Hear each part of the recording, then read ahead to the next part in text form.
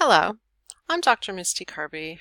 I'm going to share with you some of my experiences around using ePortfolios as an academic and show you a few of the exemplars of ePortfolios for different purposes that I've done over the last 7 years. I began using ePortfolios regularly in 2012 when I returned to the uni from maternity leave. Doctors Anita Collins, Steve Shan, Anita Hay, and I were presented with a problem. Our teacher education students were going to be required to use ePortfolios to document their professional journeys and their professional practice and how they were meeting the Australia Professional Standards for Teachers. We didn't know how to use the ePortfolio. We knew that our job wasn't to troubleshoot, but we wanted to be able to support our students as best we could. And so we began our group, which we called the Mushroom Collective, and worked together to figure out over the course of 3 years a way to present the work that we did as academics aligned to the university's performance standards or performance expectations of academic staff. So in 2013, this was the first cycle where we submitted an ePortfolio as part of our annual review documents. We still had to do the copying and pasting into the Word document, which then became a static PDF document, which was how the process was done at the time.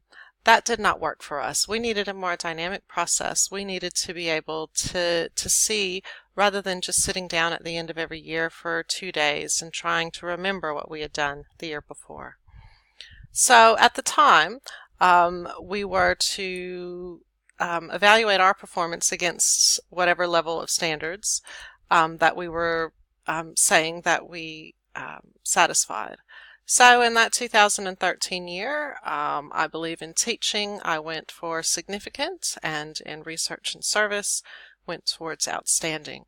And just saying that obviously is not quite enough. So we had to put in our evidence. What did we actually do? Well, we did a lot of contributing to Leadership for Teaching, with connecting with the Australian Catholic University and the TQI, which is the Teacher Quality Institute, the accrediting body for teacher education in the ACT. We collaborated, created some workshops, did some in-school training to support not only our students but the supervising teachers who are out in classrooms already to be able to help our students in this sort of new way of demonstrating the meeting of specific standards.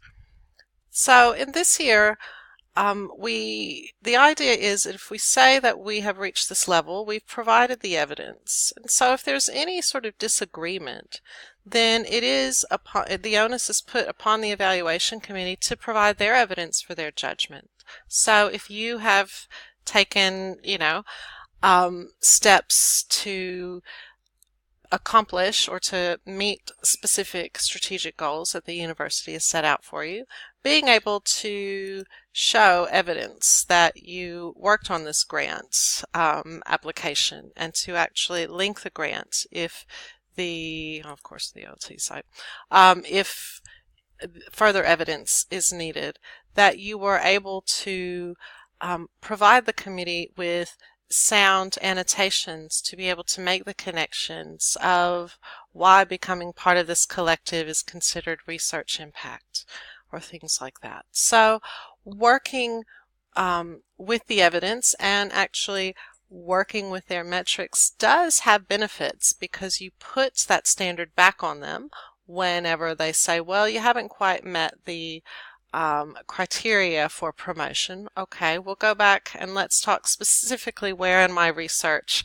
have I floundered, and how can we move forward so that I am eligible for promotion.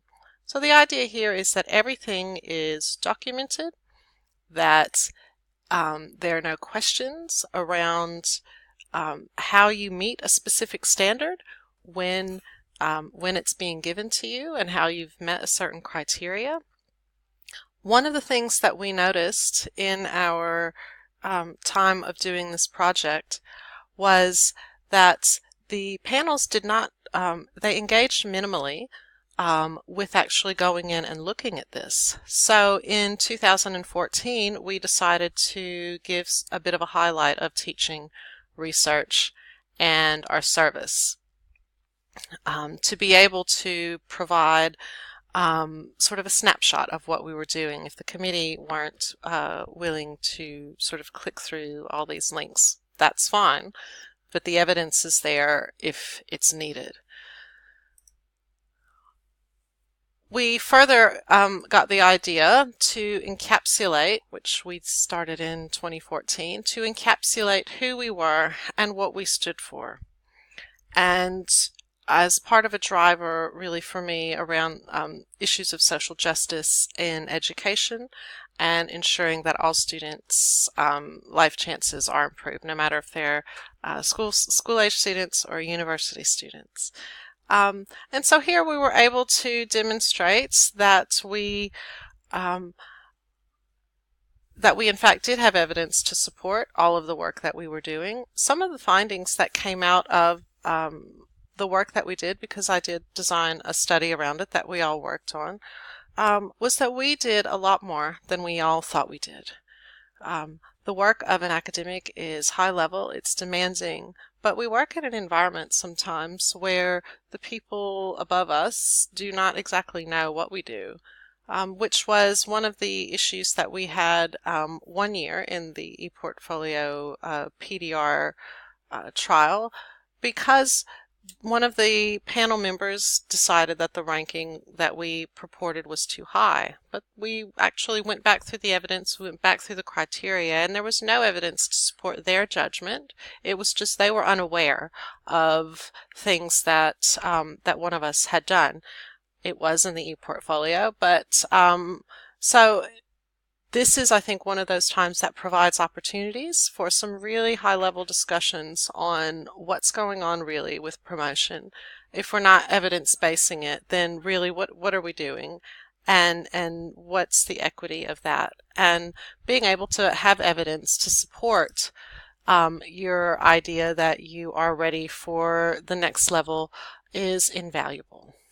So what I've done is I have taken the lots of pieces of the different annual development reviews, and I have created, toward probably my last 6 months at the University of Canberra, created a career ePortfolio that is, as you see, 6 pages, but that it quite encapsulates my journey as an academic, from being a classroom teacher in a juvenile detention center in New York to being a lecturer and teaching and learning in regional Australia.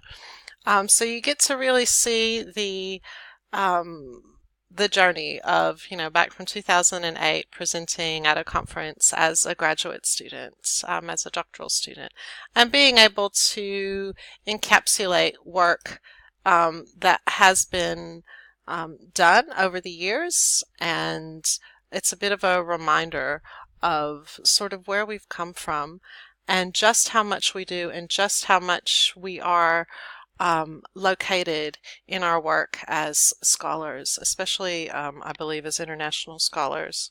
So working through ePortfolios really has a way of building your own professional identity. It certainly did for the 4 of us who were engaged in the collective trial, in the ePortfolio trial. Our identities were absolutely built and solidified through this process. We were able to find our place, and indeed everyone has we've all gone off and have followed that. Dr. Collins is now internationally renowned neuroscience music educator. Dr. Steve Shan has been authoring novels. Dr. Ian Hay has been supporting workplace learning and leading some innovations there at Macquarie. So the idea is that we were able to sort of draw the threads of our research together and really see what ignited our passions and what could we do? Did we want to continue to be academics in the traditional sense, working in a higher education institution, or did we want to be able to make a difference another way? So This was just really a very brief overview of the work that I've engaged in with my colleagues over the years around ePortfolios and navigating the space in higher education. I have not engaged with PebblePad probably as much as I need to. I got a bit discouraged and walked away, but we do have a new version, so I will be getting back into it once the new session starts and there's a bit more time for that. But in the meantime, please feel free to contact me. You can find me on LinkedIn. And I'm more than happy to share with you some of my experiences. And if you would like to discuss specifically about how to get any portfolio set up, or how to actually start accumulating evidence and hanging on to things and making notes and things like that, please feel free to connect with me on LinkedIn or contact me through email through work. My email is mkirby@csu.edu.au, and you are more than welcome to contact me if you'd like to discuss more about using an ePortfolio to help support you as an academic and to support your professional identity as a scholar. Thank you.